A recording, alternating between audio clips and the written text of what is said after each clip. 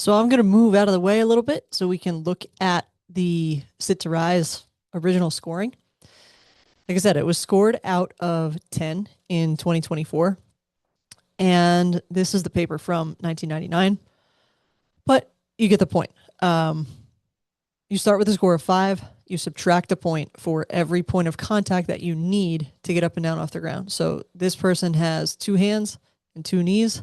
So that's 4 points of contact. So they score a 1. This person has a knee and 2 hands. So you subtract 3 points of contact. So they get a 2. This is another way to get a 2 is you have a knee, a hand, and then a hand pushing up from the other side. So again, 3 points of contact. That's a 2. This is a person with a 3. So they have both hands on the ground and the side of their leg.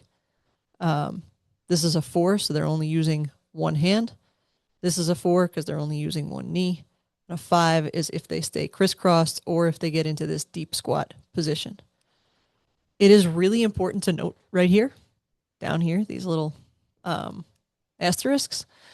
It says additional care is highly advised when applying the sit to rise to a very frail individual or after recent major surgery or an advanced or high risk pregnancy. That's important.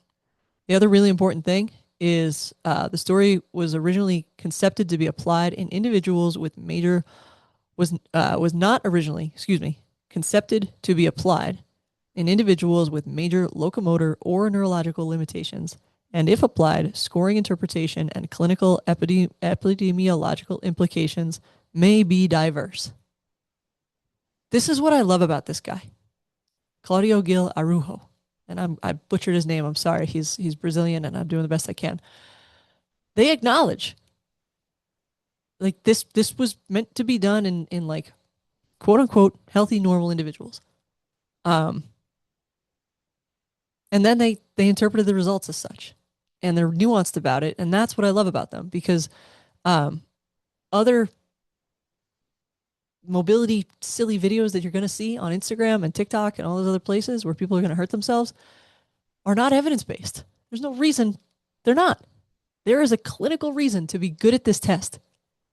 It is a good snippet of information that tells us where someone's non-aerobic fitness is and areas in which we can start to improve it. And that leads to better quality of life.